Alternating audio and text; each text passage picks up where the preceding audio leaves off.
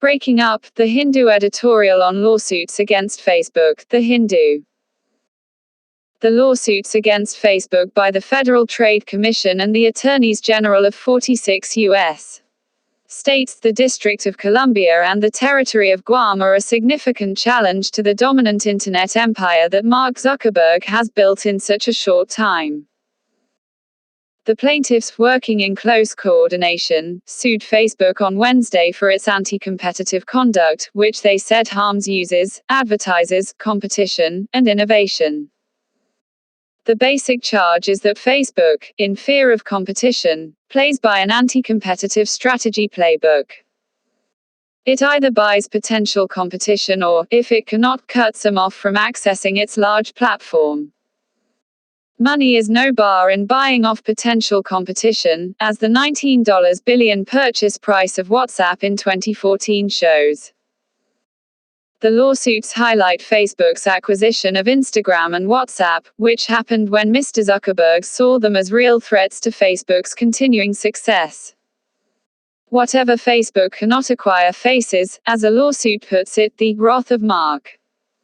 It may be years before the lawsuits are decided one way or the other. But not even the noisy fallout of the Cambridge Analytica scandal was as much of an existential threat for Facebook as this issue could turn out to be. For, while highlighting its lack of concern for privacy, a taint that Facebook has struggled to shrug off since, the Cambridge Analytica scandal did nothing to stop the social network's roaring growth. Facebook, which last year made a revenue of over $70 billion, right now has a market capitalization that is just a shade under $800 billion. These lawsuits could potentially endanger this business success. The action against Facebook, however, is not to be seen in isolation, and is linked to the growing backlash against what is called big tech globally. Europe and the US, especially, have moved against these technology companies not just on antitrust charges but also on cases involving violation of privacy. There seems to be a growing realization about the disproportionate clout that these technology platforms have in the global scheme of things, which they exploit to further the domination in the industry. And that it is futile for regulators and policymakers to continue with a light-touch approach in the technology industry. In fact, calls for the breakup of technology firms have been put forward by politicians in the US.